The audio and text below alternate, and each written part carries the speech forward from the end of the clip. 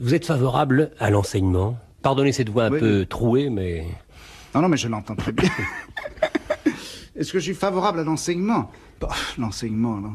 Vous êtes un enseignant? Je suis un enseignant. Un minimum d'enseignant.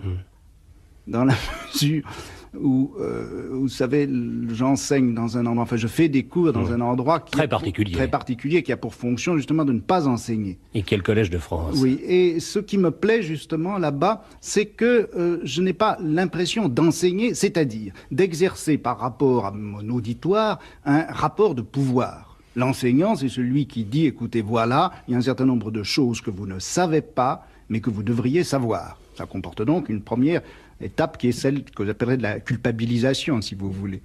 Bon, deuxièmement, ces choses que vous devez savoir, moi je les sais et je vais vous les apprendre, et c'est le stade de l'obligation. Et puis, quand je vous les aurai enseignés, il faudra que vous les sachiez, et je vérifierai si vous les savez. Vérification. Enfin bon, toute une série de rapports de pouvoir qui sont mêlés à l'enseignement. Là, vous comprenez, au Collège de France, les cours sont libres, c'est-à-dire que viennent les écouter les gens qui veulent. N'importe qui. Ça peut être un colonel en retraite, mais ça peut être un lycéen de 14 ans. Si ça l'intéresse, il vient. Si ça l'intéresse pas, il vient pas. De sorte que, finalement, quel est celui qui est examiné? Quel est celui qui est sous le pouvoir de l'autre? Moi, je dirais qu'au Collège de France, c'est celui qui enseigne, qui vient, et puis qui raconte comme ça, finalement, son travail. Il passe un examen. Il passe un examen. C'est son travail, il est payé pour travailler à longueur d'année, et puis 12 fois par an, il vient donner en quelque sorte, dresser le bilan de son travail, le présenter à un auditoire, et puis c'est à l'auditoire de dire ou de montrer s'il est intéressé ou pas. En tout cas, moi, quand je vais faire mes cours au collège, j'ai le trac. J'ai le trac absolument comme quand je passais des examens, parce que j'ai l'impression que, au fond, les gens, le public viennent vérifier mon travail et montrer s'ils sont intéressés ou pas. Et s'ils n'ont pas l'air intéressés, je suis assez triste, vous savez. Michel Foucault, nous n'allons pas faire ici la réforme de l'enseignement. D'abord, nous n'aurions pas le temps. Mais en principe, à l'école, on oblige à apprendre. Et l'école, nous sommes tous d'accord, devrait être une fête. On devrait être content d'y aller, car c'est vraiment le terrain de la curiosité. Il doit y avoir donc des choses essentielles à apprendre. Quelles sont ces choses? En dehors de l'orthographe, de l'arithmétique. Bon, je dirais que la première chose qu'on devrait apprendre, si ça a un sens d'apprendre quelque chose comme ça, c'est que le savoir est tout de même profondément lié au plaisir. Enfin, qu'il y a certainement une façon d'érotiser le savoir, de rendre le savoir hautement agréable,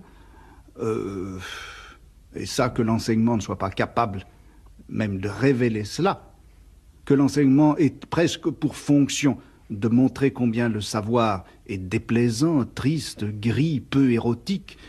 Moi, je trouve que c'est un tour de force. Mais ce tour de force, il a certainement sa raison d'être. Il faudrait savoir pourquoi est-ce que notre société a tellement d'intérêt à montrer que le savoir est triste. Peut-être précisément à cause du nombre de gens qui sont exclus de ce savoir. Mais imaginez déjà ce que pèse le mot « savoir ». Oui. Lorsqu'on dit « savoir », c'est joli, mais lorsqu'on dit « le savoir ». Oui, c'est ça. Le besoin de connaître, c'est déjà... Les savoirs. Mais moi, je pense, n'est-ce pas, imaginez que les gens aient une frénésie de savoir, comme ils ont une frénésie de faire l'amour. Eh bien, vous imaginez le nombre de gens qui se bousculeraient à la porte des écoles? Ben, ça serait le désastre social total.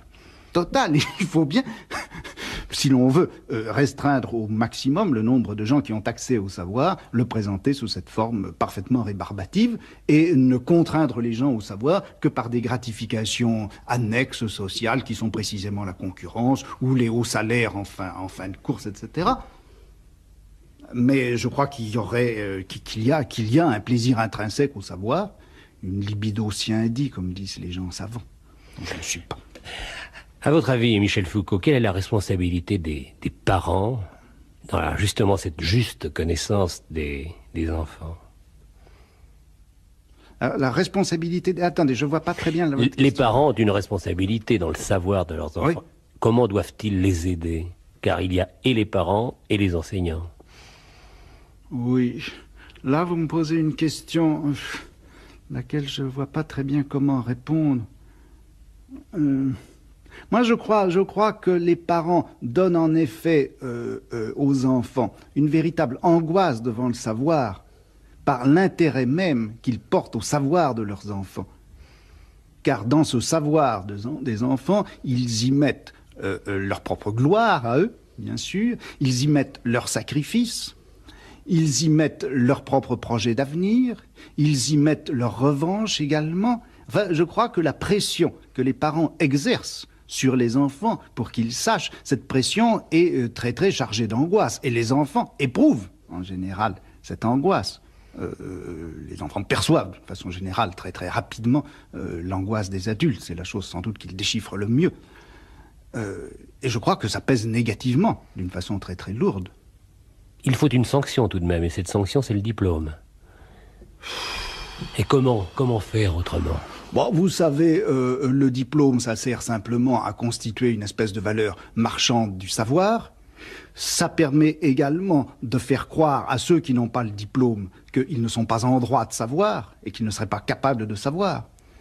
Tous les gens qui passent un diplôme savent pratiquement que ça ne sert à rien, qu'il n'y a pas de contenu, que c'est vide. Mais ceux qui n'ont pas passé le diplôme, c'est ceux-là qui donnent un sens plein au diplôme. Et le diplôme, moi je crois, il est fait précisément pour ceux qui ne l'ont pas.